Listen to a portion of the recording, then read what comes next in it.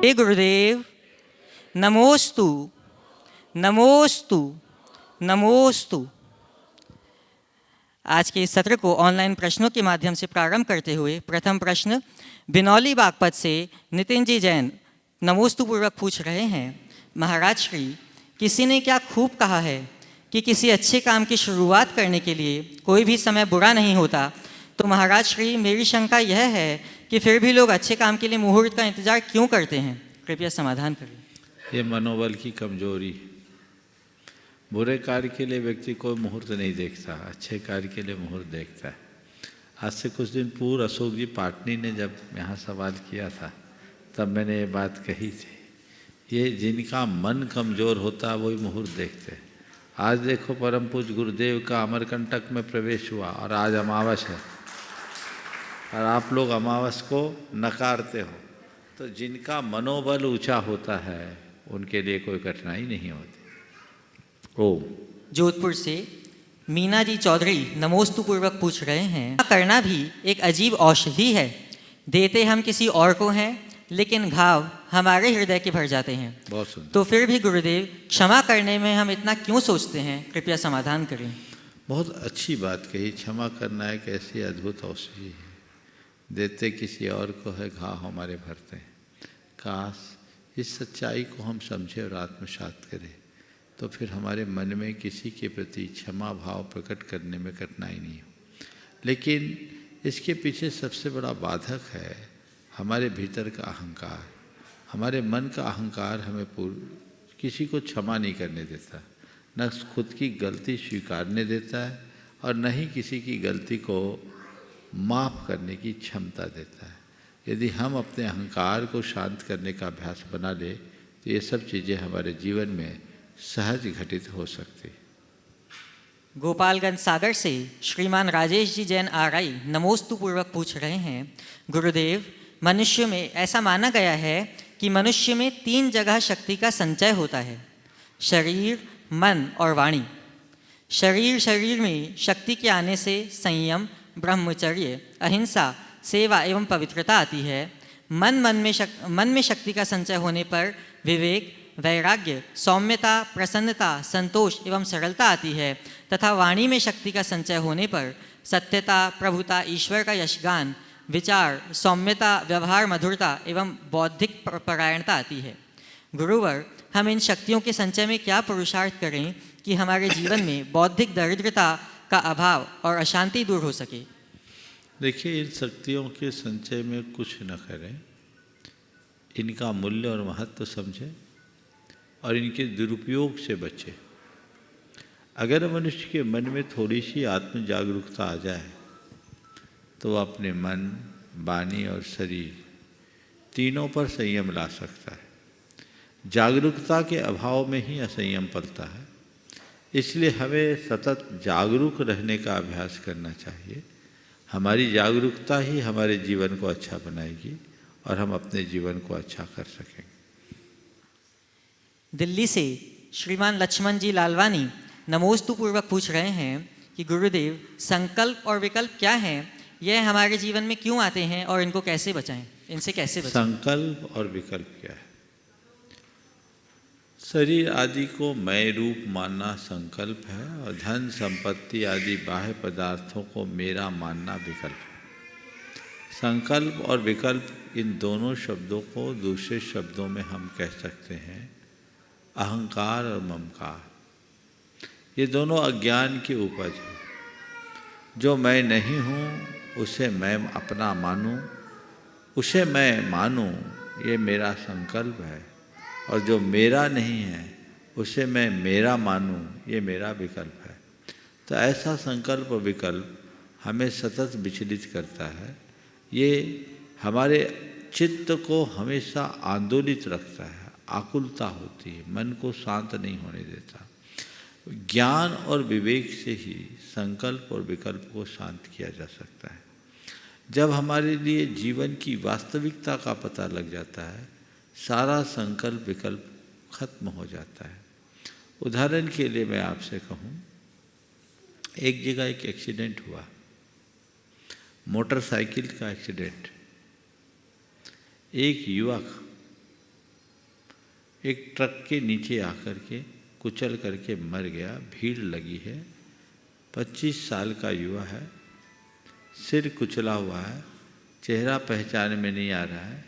भीड़ लगी है, लेकिन कपड़ों से लग रहा है कि इस मोहल्ले के एक सेठ का है। सेठ तक सूचना पहुंची, वहां पहुंचा और अपने इकलौते बेटे की ये दशा देखा तो फूट फूट कर रोने लगा। दृश्य बड़ा करुणा का था, क्योंकि मोटरसाइकिल उसके बेटे की थी, कपड़े भी उसी के जैसे दिख रहे थे, सिर कुचला हुआ था। हो ना हो मेरा बेटा ही है, और बेटा ही है नहीं, बेटा ही है। विचलित हो रहा, रोए जा रहा है। इसी मध्य उसका बेटा आया, अपने पिता से लिपट गया, पापा बच गया। अरे तू यहाँ कैसे आ गया? बोले पापा बच गया भगवान की कृपा से। बोले क्या? बोला मेरी गाड़ी मेरा दोस्त लेके आ रहा था, मैं गाड़ी से नहीं आया, मैं पैदल आया, अभी आया हूँ। दोस्त की इच्छा थी कि मुझे गाड़ी दे दो, मैं बच गया। तू आ गया, तू सलामत है। रोने वाला व्यक्ति हंसने लगा। क्यों?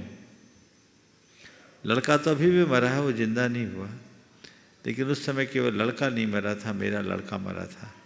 अब केवल लड़का मरा है। चीज़ों के साथ जब हमारा ममत्व जुड़ता है, संकल्प विकल्प जुड़ते हैं, तो वो हमारे मन को दुखी बनाता है। और जब वास्तविकता का ज्ञान होता है, मैं मेरा छूट जाता है, तो हम सहज हो जाते हैं। तो विवेक की जागृति संकल्प विकल्प से मुक्ति दिलाती है, और उसके लिए ज्ञान का आलम्बन जरूरी है। इंजीनियर CK जैन कालानी नगर इंदौर से नमोस्तु पूर्वक पूछ रहे हैं, गुरुदेव आज की परंपरा में घर घर में सफाई हेतु नौकरानियां काम कर रही हैं, किंतु जब वह अशुद्धियां होती हैं तो वह अपना पैसा बचाने के लिए कभी मालकिन को बताती नहीं और बर्तन भी मांजती है, मंदिर के धोती पिछोड़ा भी धोती है। तो गुरुदेव यह कहाँ तक उचित है? ये दोष उन लोगों के ऊपर है जो घर में ऐसे लोगों से काम लेते हैं। उन्हें चाहिए कि उनको महीने में 3 दिन की छुट्टी देनी ही है, ये कहना चाहिए। और इस 3 दिन की छुट्टी में कोई पगार नहीं काटी जाएगी, तुम रेस्ट करो, तो व्यवस्था बन सकती है। और आप उनका वेतन काटोगे तो उनको तो पेट भरना है, वो ऐसा करेगी ही। इसलिए इन बातों पर बहुत गंभीरता से विचार करना चाहिए। अमीनगर सराय बागपत से कुमारी आंचल जैन आपके चरणों में प्रणति अर्पित करते हुए पूछ रहे हैं, महाराज श्री जिंदगी कैसी होनी चाहिए? क्योंकि जिंदगी को लेकर किसी ने क्या खूब कहा है कि जिंदगी एक बार मिलती है, बिल्कुल गलत है।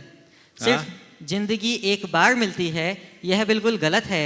सिर्फ मौत एक बार मिलती है, जिंदगी हर रोज मिलती है। कृपया समाधान करें। जिंदगी कैसी होनी चाहिए एक सवाल, और आपने जिंदगी के प्रति दृष्टिकोण भी प्रकट किया। जिंदगी एक बार मिलती है, ये गलत है। जिंदगी हर रोज मिलती है, मौत एक बार मिलती है, ये बात सही है। आपने पूछा जिंदगी कैसी होनी चाहिए, मैं इतना ही कहूँगा, जिंदगी ऐसी हो कि मौत संवर जाए।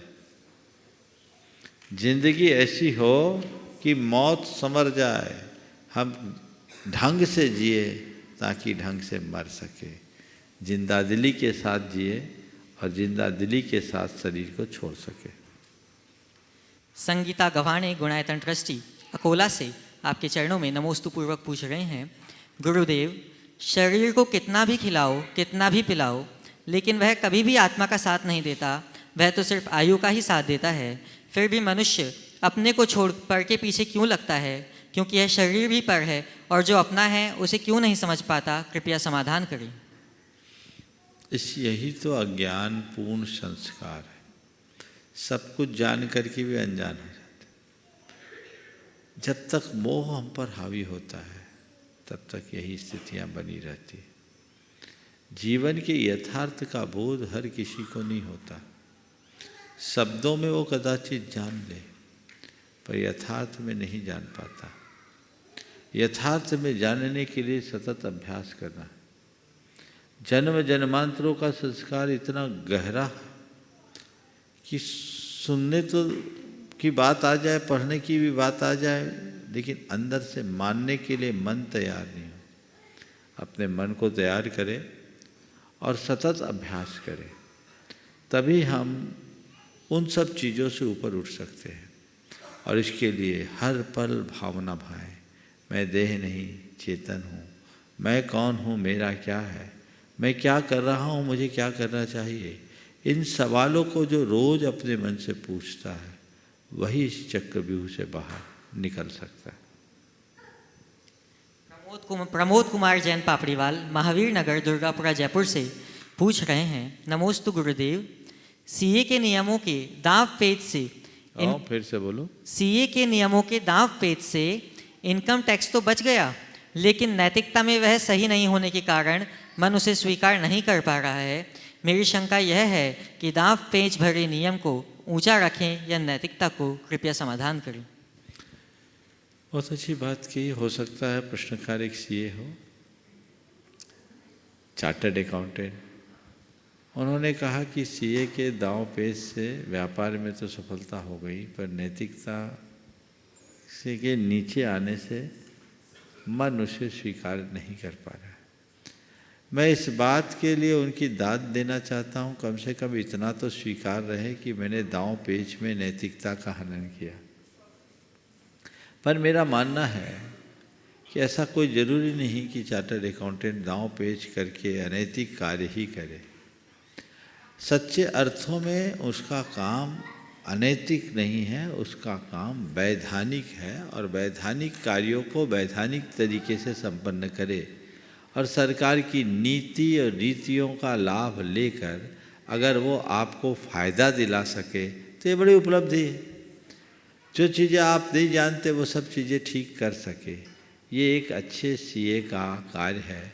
और यदि कोई व्यक्ति किसी भी क्षेत्र में अनैतिकता की ओर बढ़ता है और अपनी मर्यादाओं का उल्लंघन करता है तो उसको आज नहीं कल इसका खामियाजा तो भुगतना ही पड़ेगा। उदयपुर से श्रीमान अनिल मेहता गुरुदेव के चरणों में नमोस्तु निवेदित करते हुए पूछ रहे हैं, जिस घर की गाड़ी उधार पर चलती है, जिस घर की गाड़ी उधार पर चलती है उनका ब्याज का पहिया रोज पंचर हो जाता है, परंतु ट्यूबलेस पहिया पंचर होने पर भी थोड़ा चल जाता है। फिर से नीचे की लाइन क्या बोली?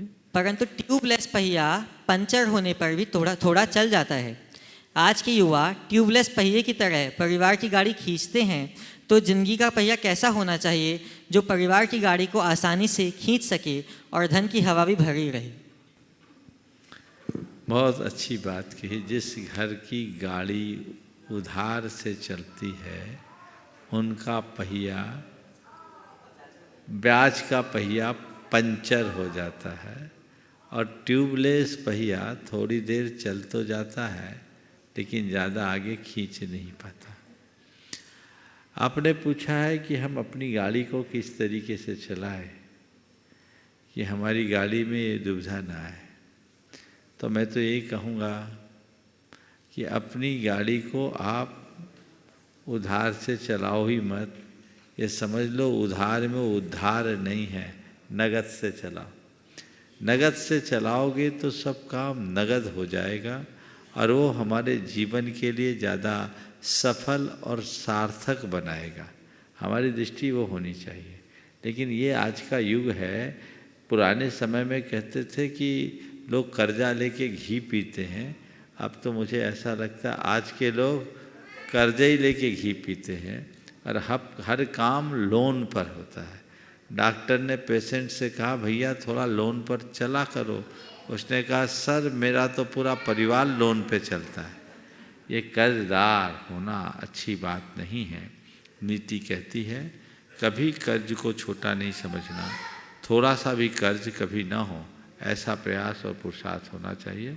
इसलिए कभी कोई आए तो प्रसंग आए कोशिश करो कर्ज लेना ही ना पड़े, और यदि किसी परिस्थिति में कर्ज लिया है तो जितनी जल्दी हो सके उसे चुकाने का प्रयत्न करें। अब मैं आपकी आज्ञा से गुरुदेव प्रत्यक्ष उपस्थित लोगों को यहाँ आमंत्रित करना चाहूँगा।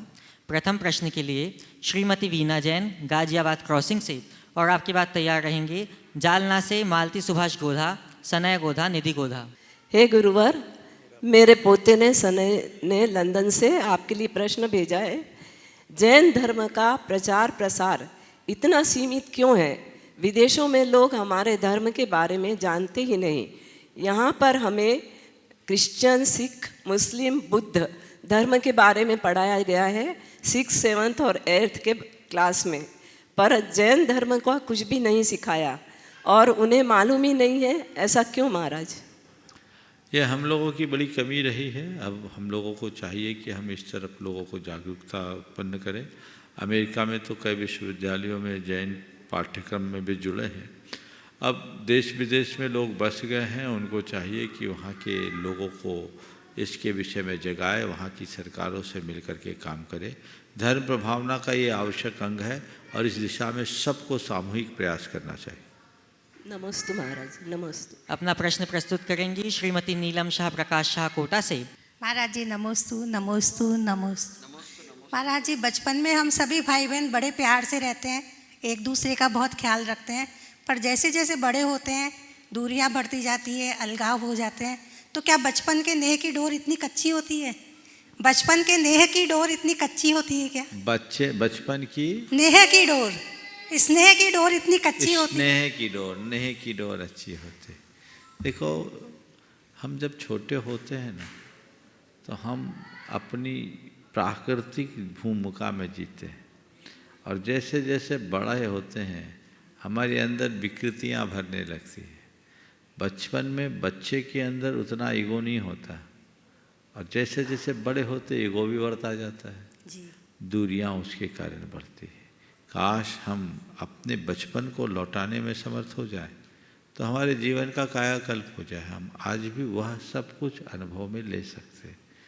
आज वो गज़ल आप लोग गाते हो ना, लौटा दो मुझको मेरा वो बचपन, खोया हुआ वो बचपन, कागज़ की किश्ती हो बारिश का पानी। बारिश का पानी। तो ये एक हकीकत है, वो जो सहजता होती है। बच्चे अपने बचपन को याद करो, कभी किसी से लड़ाई होती, कट्टी होती तो दोस्ती होने में कितनी देर लगती?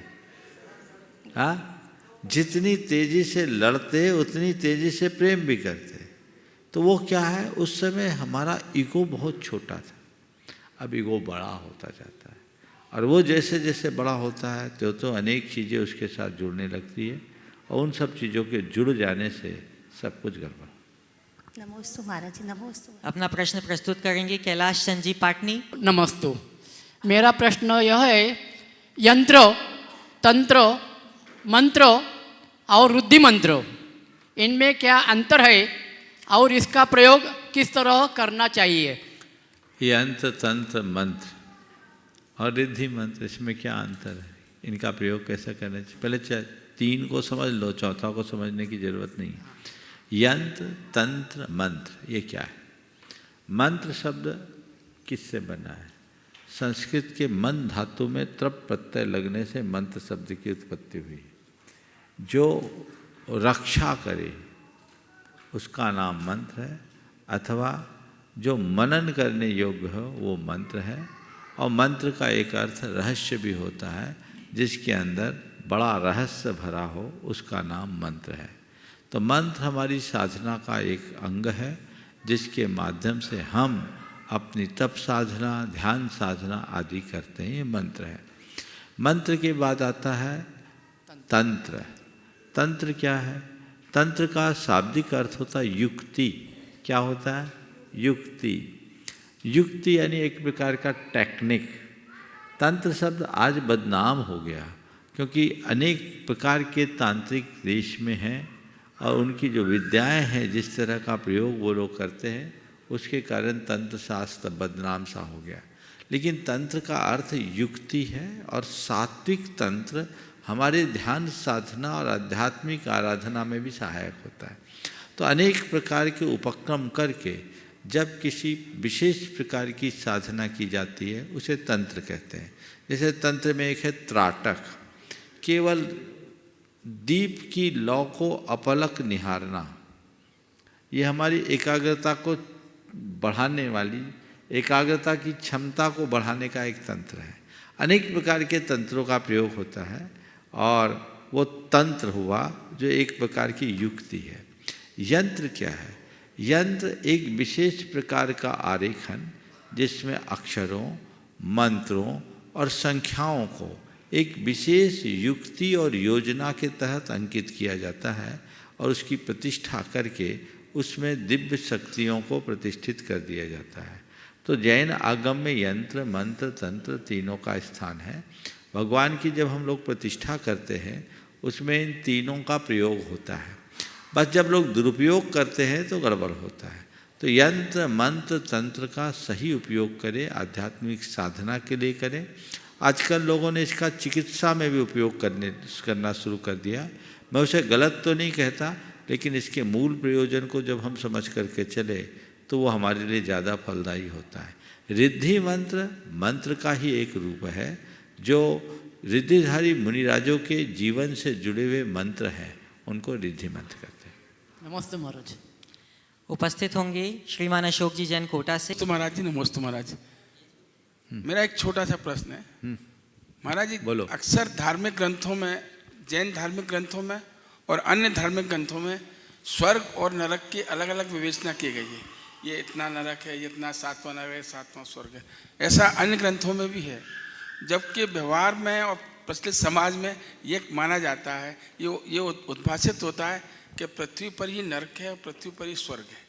इस कथन में क्या सत्यता है? देखिए, जैन आगम में जो वर्णन है वो सर्वज्ञ भगवान की वाणी पर आधारित है और लोक का जितना सूक्ष्मतम विवेचन जैन आगम में देखने को मिलता है उतना अन्यत्र कहीं भी दिखाई नहीं पड़ता। लोगों ने तो लोक को जाना ही नहीं, जो इस ब्रह्मांड के आगे के अस्तित्व को ही स्वीकार नहीं करते, उनके लिए क्या स्वर्ग क्या नरक। जैन धर्म 3 लोक की बात करता है। अन्य धर्मों में नरक की चर्चा है, लेकिन वो एक केवल सामान्य नरक लोक है। लेकिन जैन धर्म में 7 नरक है, 16 स्वर्ग है, उनकी 7 अलग अलग पृथ्वियाँ हैं, उनका सूक्ष्मतम विवेचन है। वो इस बात का प्रमाण है कि जैन आगम में तत्वों को कितनी सूक्ष्मता से बताया गया। यहाँ ही अगर स्वर्ग नरक होता तो आगे कैसे होता। एक बार एक व्यक्ति ने मुझसे पूछा कि महाराज जी नरक स्वर्ग है, इसको हम कैसे माने, वो तो दिखना चाहिए, स्वर्ग नरक तो सब यही है। बोले बिल्कुल, मैं आपकी बात से कुछ अंशों में सहमत हूँ, यही स्वर्ग यही नरक है। लेकिन समझो, एक आदमी को घोर कष्ट है, न खाने को रोटी है, न पहनने को कपड़ा है, न सिर छुपाने को छत है। भूख के मारे पीठ और पेट मिलकर एक हो गए। उसके ऊपर से वो व्यक्ति अपाहिज है, हाथ पांव कटे हुए हैं और उसको गलित कुष्ठ है। तन पर बैठी मक्खी को भगाने के लिए भी मजबूर है, खाने के लिए दाना नहीं है। समझ लिए, दुख है। समझो ये नरक है। एक आदमी के पास सब प्रकार की फैसिलिटीज है, 100 अर्दली उसके आगे पीछे घूमते हैं, कहीं किसी प्रकार का अभाव नहीं है। एक प्रकार से लोग कह देते ये स्वर्ग है, पर मैं कहता हूँ नहीं, ये नरक नहीं, नरक की झांकी है। ये स्वर्ग नहीं, स्वर्ग की झलक है। नरक की झांकी है, नरक अब प्रकट होगा।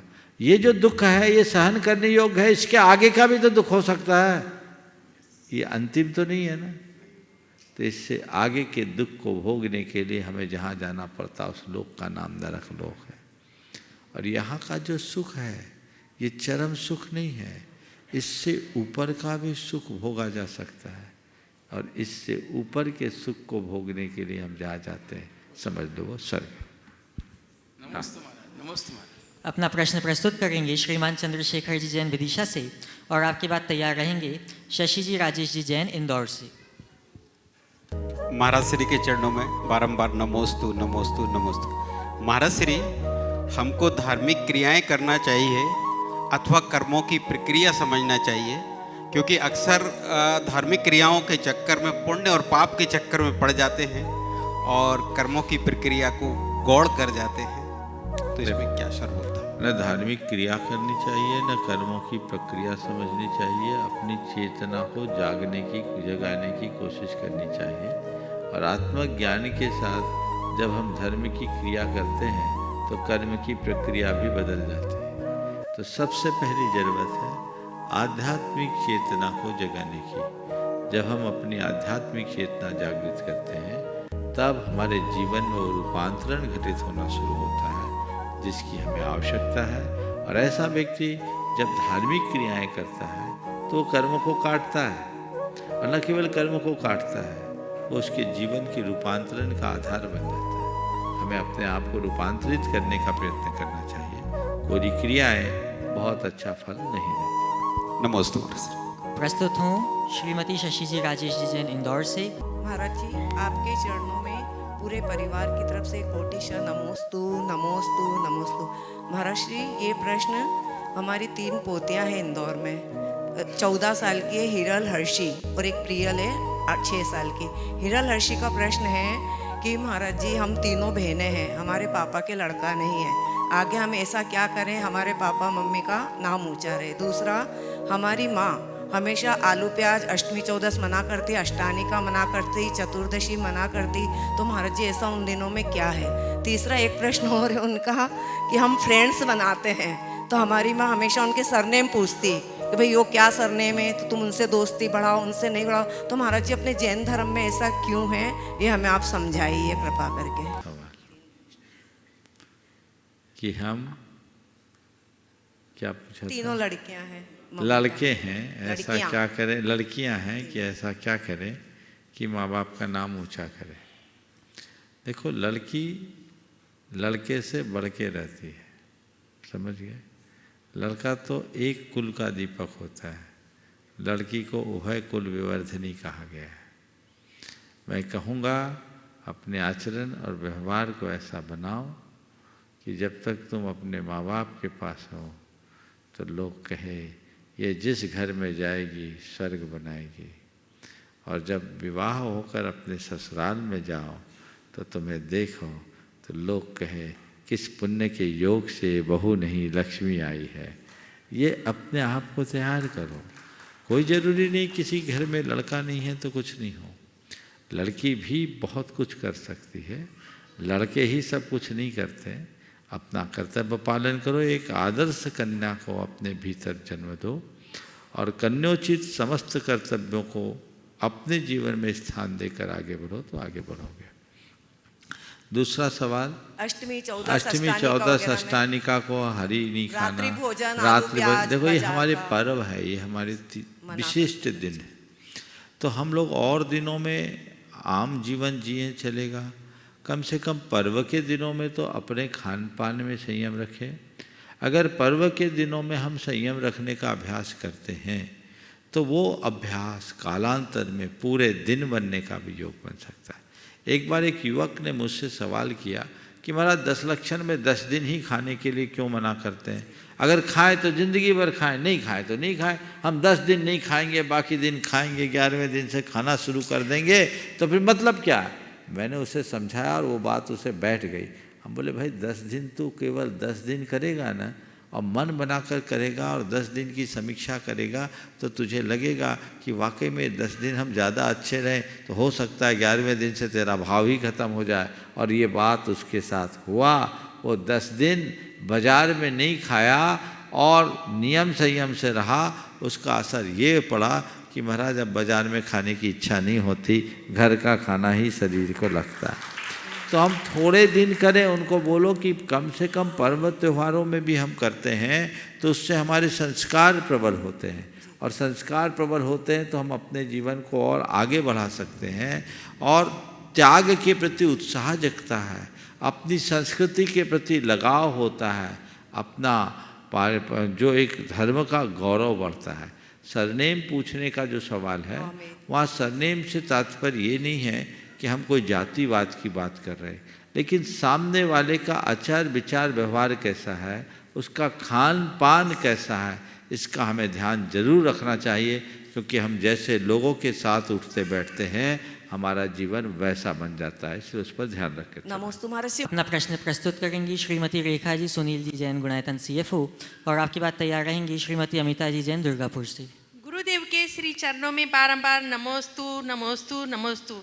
महाराज श्री, हमारे आचार्य उपाध्याय और साधु तीनों परमेष्टि अपनी साधना और तप के द्वारा मोक्ष का पथ परिकर्षित होते हैं और हमारे पूरे समाज को अपने ज्ञान की ज्योति से ज्ञानमय करते हैं। लेकिन साधना तो मनुष्य शरीर के द्वारा ही की जा सकती है और शरीर की रक्षा करना उनका परम धर्म भी है।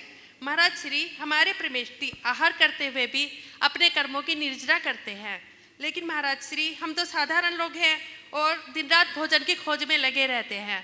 महाराज श्री भोजन के लिए हम अपनी क्षुधा रोग को शांत करने के लिए किसकी शरण में जाएं?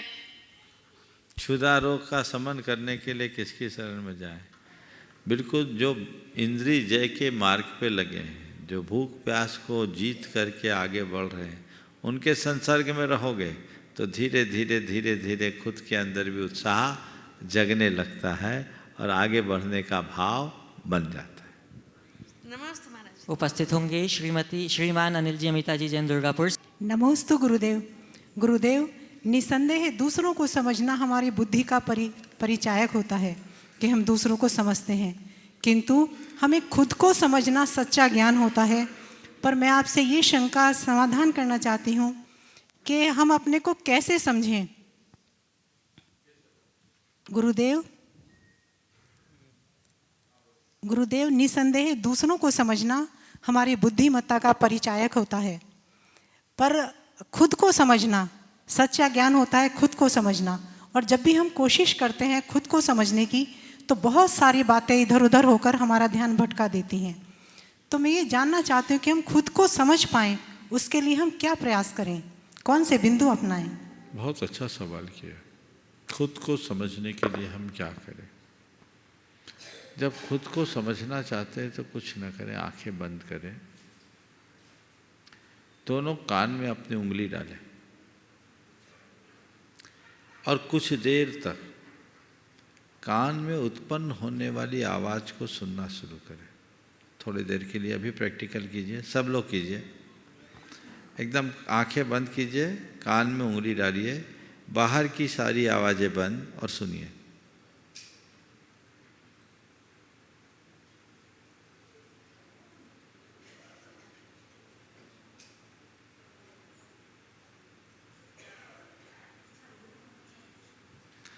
ओ, क्या एहसास हुआ?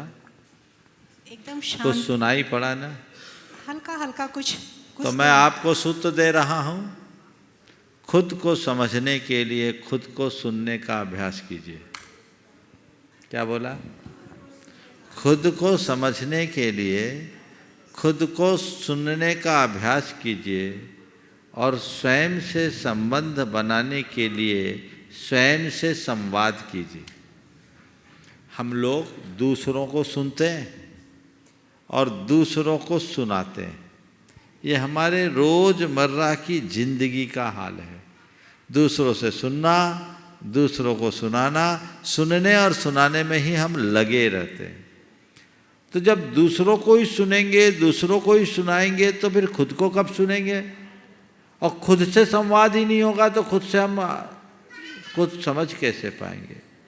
तो कुछ पल अपनी प्रवृत्तियों को रोककर मैं कौन हूँ, मेरा क्या है, इसका स्मरण चिंतन हम सबको करना चाहिए। और वो जीवन में घट गया तो जीवन का रस ही अलग। नमोस्तु गुरुदेव। नमोस्तु। अपना प्रश्न प्रस्तुत करेंगे श्रीमान भानु कुमार जी जैन कोटा से। महाराज जी, भक्त और शिष्य में क्या अंतर है? हाँ, भक्त और शिष्य में क्या अंतर है? हम आपके भक्त हैं या शिष्य हैं? देखो, मुझे नहीं मालूम आप क्या हो, पर भक्त और शिष्य का लक्षण बता देता हूँ, हिसाब लगा लेना। जो चरण पूजे जयकार करे वो भक्त। मेरे शब्दों को ध्यान से सुनना। जो चरण पूजे जयकार करे वो भक्त, और जो शरण गहे स्वीकार करे वो शिष्य। फिर से दोहराऊं, जो चरण पूजे जयकार करे वो भक्त, जो शरण गहे स्वीकार करे वो शिष्य। अब आप देख लो क्या मालूम है? भक्ति ऐसा होती। ये बहुत होशियार है। लक्षण प्रकट कर दिए, समझ गए। शिष्य वो होता है जो अपना सब कुछ अर्पित कर देता है। भक्त बनना बड़ा सरल है, शिष्य बनना बहुत कठिन है। और पहले भक्त बने हो कोई बात नहीं, यही मत अटको, आगे बढ़ने की कोशिश करो। शिष्य बनने की कोशिश करेंगे महाराज। बहुत बहुत नमस्ते उपस्थित महाराज होंगी जी। आकांक्षा जी जैन नोएडा से। तो महाराज जी मेरा सवाल है, मुझे गुस्सा क्यों आता है? मम्मी नहीं सुनती होगी तो आता होगा, है ना? क्यों आता आप ही बताओ तो, कब आता आपको गुस्सा? भैया मारता है। तो अब भैया से प्यार करना शुरू कर दो, गुस्सा नहीं आएगा। चलो। नमस्ते महाराज जी, मेरा नाम आकांक्षा जैन है। मेरा प्रश्न ये है कि जब भी हम अपने आसपास कोई भी नेगेटिव चीज़ को देखते हैं तो उसको पॉजिटिव में कैसे चेंज करें? नेगेटिव चीज को देखते हैं तो उससे पॉजिटिव, नेगेटिव चीज़ को देखते हैं, सुनते हैं, तो उसको पॉजिटिव में कैसे चेंज करें? उस समय एक बात अपने मानस में लाओ कि मुझे पॉजिटिव सोचना है, पॉजिटिव सोचना है, पॉजिटिव सोचना है। स्वस्थ दशा में जब ये विचार बार बार आएंगे तो हम नेगेटिव में भी पॉजिटिव सोच सकते हैं। कोई भी घटनाएं घटती है, जैसे मान लीजिए आप आए, शिखर जी आ रही थी और गाड़ी में हल्का सा धक्का लग गया। अरे शिखर जी आ रहे थे, धक्का, एक्सीडेंट हो गया। ये एक सोच है। उस घड़ी ये भी तो सोचा जा सकता है, गनीमत है शिखर जी आ रहे थे तो हल्के से धक्के से रह गए। बाकी तो हमको स्वस्थ दशा में ये अभ्यास बनाने की आवश्यकता है, तभी हम बाकी समय में ऐसा कर सकें। नमस्ते गुरुदेव। शकुन दीदी सागर से अपना प्रश्न प्रस्तुत करेंगी और आपकी बात तैयार रहेंगी अक्षय जी जैन जयसिंहपुर से। नमस्ते गुरुदेव। महाराज जी, मनुष्य को उसका आलस्य काम के लिए रोकता है, काम में आलस्य रोकता है और पैसों की लालच में अपनी तरक्की को बाधक होता है।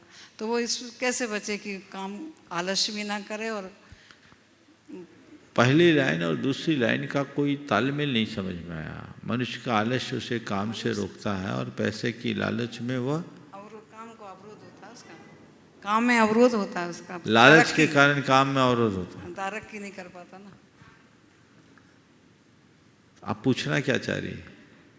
उसका आलस्य और पैसों का लालच कैसे दूर करे वो? देखो, आप सीधे सीधे पूछ लेती तो ज़्यादा अच्छा था कि आलस्य हमें रोकता है और लालच हमें दौड़ाता है। लालच रोकता कहाँ है? लालच में दौड़ता है, आलस में रोकता है।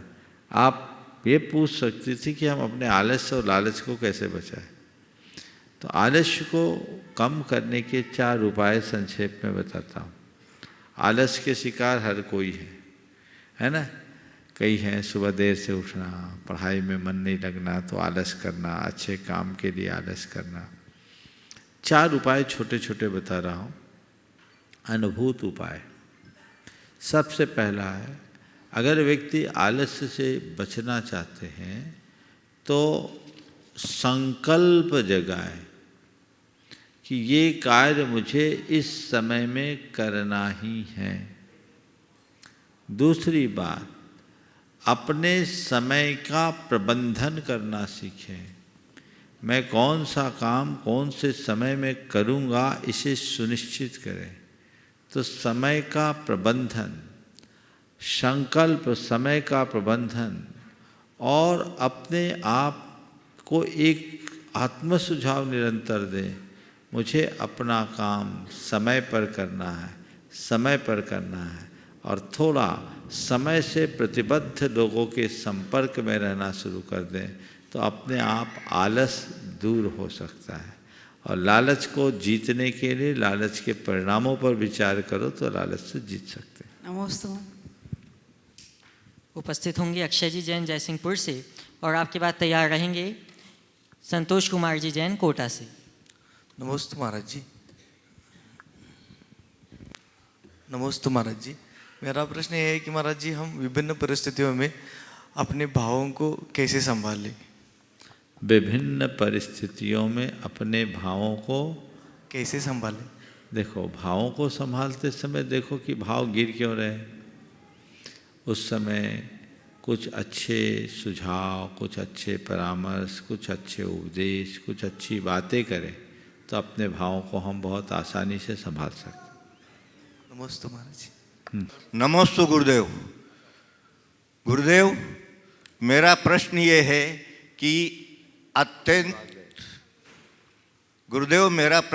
कि अत्यंत धार्मिक, विद्वान और संपन्न व्यक्ति, उसके परिवार का इकलौता पुत्र जो उसी का उत्तराधिकारी है, अपनी संपत्ति के लालच में माँ और बाप का मर्डर कर देता है।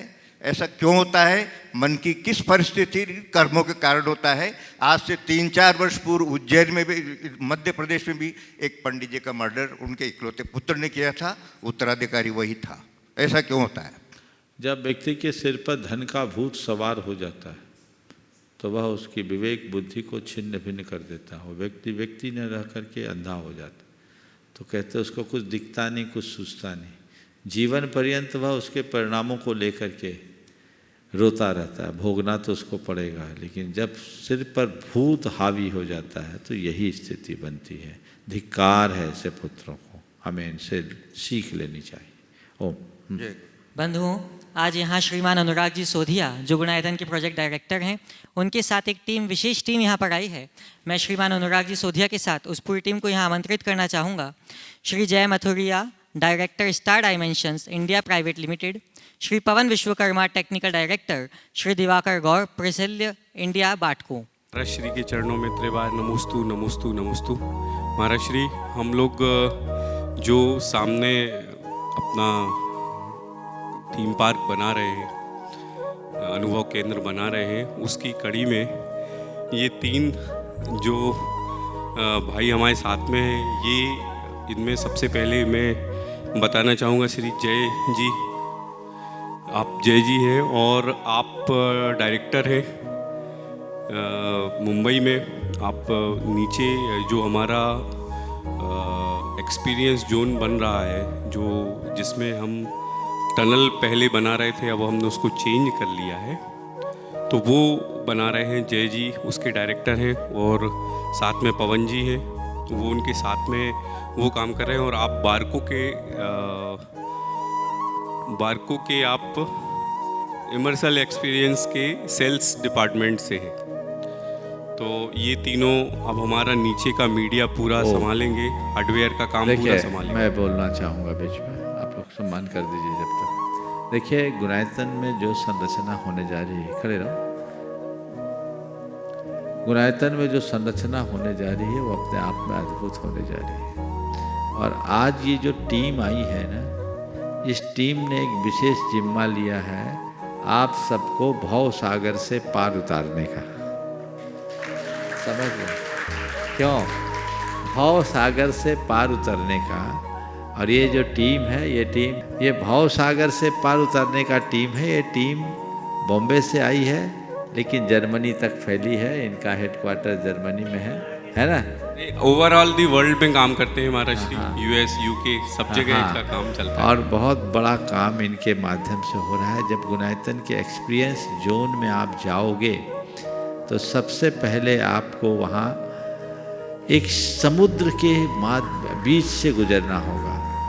एक ऐसा समुद्र जिसमें उताल तरंगे उत्पन्न हो रही हो, सुनामी उठ रही हो, व्हेल, शार्क आदि सारी मछलियाँ हों, जिसे देखकर आप घबरा जाएंगे। ऐसा समुद्र लहराता दिखेगा जो भव सागर का द्योतक है। और उस भव सागर से पार उतरने के लिए वहाँ एक जहाज उभरेगा और उस जहाज पर आप सवार होंगे। और जैसे उस जहाज पर सवार होंगे, वो जहाज आपको मुक्तिपुरी की ओर ले जाएगी। और जब आप मुक्तिपुरी की ओर जाएंगे तो मुक्तिपुरी में सद्गुरु का आशीर्वाद पाकर आप मोक्ष मार्ग महल में और बढ़ जाएंगे और अपने जीवन को धन्य करेंगे। ये कंसेप्ट गुणायतन का अभी ताज़ा कंसेप्ट है, जिसे ये विशेषज्ञों की टीम आज विशेष रूप से यहाँ आई है। उसके लिए आप सबका सौभाग्य है कि ऐसे अच्छे कार्य को आप लोग कर रहे हैं। और मैं इस टीम को कह रहा हूँ, मैं तो सोच रहा था कि आएंगे जर्मनी वाले, अच्छा है तुम ही लोग आए, वो लोग नहीं आ पाए क्योंकि वो हमारी हिंदी समझ पाते नहीं समझ पाते। स्टार डायमेंशन वाले वहीं का काम करते हैं। मैं बता रहा हूँ, वो मेरी हिंदी समझ पाते या नहीं पाते, पर मैं तुम लोगों से कहना चाहता हूँ, पवन जय दोनों से, जय नाम बताया ना, हाँ, तो आगे आ जाओ, यहाँ आ जाओ, इधर अंदर, इधर अनुराग आओ, तू पीछे कैसे रहेगा, हाँ। तो मैं ये कह रहा हूँ, अच्छा है ये लोग आए हैं, और ये बहुत अच्छा उपक्रम आप लोगों के निमित्त से हो रहा है। ये भाव सागर से पार उतारने का उपक्रम है। अभी तक आप लोगों ने जितने भी प्रोजेक्ट किए, वे सब के सब मनोरंजन के प्रोजेक्ट थे। ये मनोरंजन का प्रोजेक्ट नहीं, मनोमंथन का प्रोजेक्ट है। मैं चाहूँगा इस कार्य को एक प्रोफेशनल अंदाज में तो करें, पर प्रोफेशनल दृष्टि से न करें। इसे अपने आप को इस संसार से पार उतरने का हेतु बना करके करें। जो अर्जित होगा वो कई जन्मों तक काम में आएगा, इसमें संशय नहीं रखना। समझ गए? खुद का जीवन बदले, आने वाली पीढ़ियों का जीवन बदले, यही हम सबका लक्ष्य होना चाहिए। सारी टीम को बहुत बहुत आशीर्वाद। अनुराग ने काफ़ी श्रम करके इस टीम को यहाँ तक पहुँचाया है। ये लोग बहुत व्यस्त लोग हैं, लेकिन मुझे उम्मीद है तय समय में सारा कार्य संपन्न हो जाएगा। ये लोग कुछ बोलना चाहे या पूछना चाहे तो पूछ सकते हैं। हाँ, कोई सवाल करना, कुछ करना, अनुराग पूछ सकते हैं। कोई सवाल हमारे श्री गोबर बता देंगे वो ये लोग जो स्टार डायमेंशंस वाले हैं हमारा श्री, इनके बारे में ये बता दें कि जितने भी अभी पीएम का जो शो हुआ था चेन्नई में, या जितने भी हमारे फेमस शो होते हैं या चल रहे हैं, वो स्टार डायमेंशन वालों ने ही किए हैं। बहुत सुंदर। और अब गुणायतन को भी ये सबसे पहले तो हमारा जो बाहर का लेज़र लाइट शो का अभी छुपा के रख, सब बोल नहीं रख, अभी जितना होता है बोल, सब बता देगा तो बाद में क्या होगा। ठीक है, बहुत अच्छी कंपनी है, बहुत अच्छी एजेंसी है, बहुत अच्छा काम इन सब के माध्यम से होगा, मुझे पूरी उम्मीद है। और ये पूरी एक अनूठी कृति पूरे विश्व के लिए मिलने जा रही है, और इसका गौरव आप सबको होगा कि संबित शेखर जी में हो रहा है। जो दुनिया में कहीं नहीं है वो चीज़ें यहाँ हैं। अभी जब मैंने चर्चा की, बोले ये कंसेप्ट कहीं देखा, बोला महाराज पहला कंसेप्ट है, और ये कंसेप्ट है तो उस कंसेप्ट को जब आप साकार होते देखेंगे, सुनिश्चित तौर पर वो एक अच्छी मिसाल बनेगी और लोगों के जीवन में व्यापक बदलाव घटित होगा। नाम बोल दो अपना। नमोस्तु गुरुदेव, नमोस्तु गुरुदेव, नमोस्तु। आशीष जैन, साहिबाद, गाजियाबाद। गुरुदेव, मेरा प्रश्न ये है कि हम किस तरह गुरुदेव को नमोस्तु करें कि गुरुदेव हमें हमेशा पहचान के रखें, क्योंकि हमें पहचान सकें, हमें पहचान सकें, मतलब हमें याद रख सके। जैसे हम तो गुरुदेव को याद रखते ही हैं नमोस्तु करके। हम ऐसा कैसे नमोस्तु करें गुरुदेव हमें याद करें? ऐसा कभी मत करो कि गुरुदेव तुम्हें याद करें। तुम हमेशा ऐसा आशीर्वाद लो कि गुरुदेव हमेशा याद रहे। नमोस्तु गुरुदेव। ध्यान रखना, भक्त गुरु को याद करते हैं तो भक्ति है, और गुरु अगर भक्तों को याद करे तो मोह है। नमोस्तु गुरुदेव। हम तो सबसे मुक्त हैं। हम अगर तुम्ही को चिपका ले तो एक को छोड़कर हजारों से नाता जुड़ेगा। इसलिए गुरु मुझे याद रखे ऐसा आशीर्वाद मुझे नहीं चाहिए। मुझे गुरु हर पल याद रहे ये आशीर्वाद रहना चाहिए। और तुम हृदय से याद रखोगे तो बाकी बातें तो अपने आप जीवन में घटित हो जाएगी। श्री मनोज जी गरीबी, अमरावती, महाराष्ट्र से अपना प्रश्न रखेंगे। महाराज के चरणों में नमोस्तु नमोस्तु नमोस्तु। महाराज, हम अमरावती से हैं, महाराष्ट्र से। महाराज जी, सवाल ये है कि सफल जीवन की परिभाषा आपके मुखारबिंद से सुनना चाहते हैं। सफल जीवन की परिभाषा। कल परसों 2 दिन पहले ही मैंने सफल जीवन की परिभाषा बताई है। सुना नहीं महाराज? आप सुन लेना। बहुत सारे सफल जीवन की परिभाषा बताते हुए कई एक लाइन में बताता हूँ। सफलता का अर्थ किसी निर्धारित लक्ष्य को प्राप्त कर लेना मात्र नहीं है। सफलता का अर्थ हर स्थिति में संतुष्ट और प्रसन्न होकर के जीने का आदी और अभ्यासी बनना। यहीं पर विराम। बोलिए परम पूज्य आचार्य गुरु विद्यासागर जी महाराज।